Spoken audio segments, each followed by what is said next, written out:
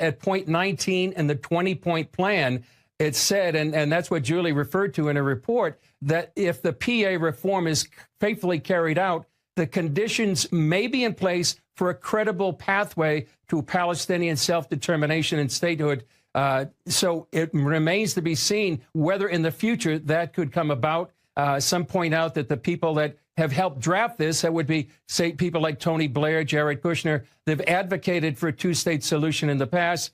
And some people are warning the Bible is very specific about dividing God's land. A sober warning in Joel 3 that at the end of time, God judges nations for dividing God's land and scattering his people. And one last point, Gordon, this plan doesn't mention any ability for the Jewish people to go back to Gaza. In 2005, nearly 10,000 Jews lived there. Will they be able to go back into this kind of new Gaza that they're planning?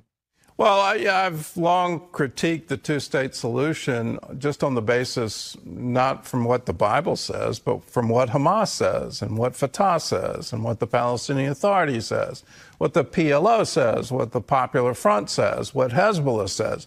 They all say from the river to the sea. They all are advocating for the elimination of Israel. They don't want a two-state solution. They want a one-state solution called Palestine, and they want to eliminate all Jews from Israel. That's been their stated goal. That's what they pay their martyrs to do. They have the pay-to-slave program.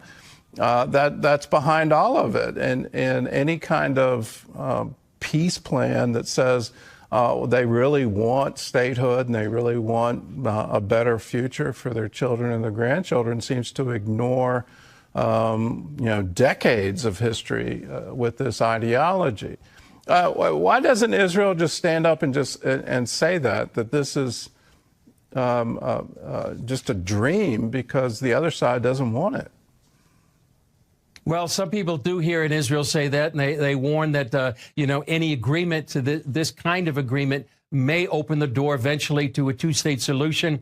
And as you said, the ideology is not for a two-state solution. It's for a one-state solution, not living side by side with Israel, but instead of Israel. So some people do say that, Gordon, here in Israel. The Netanyahu government really had to thread the needle here. It was a very hard decision, I think, they had to make to agree to this plan, but it remains to be seen if it's going to be implemented and what Hamas eventually decides.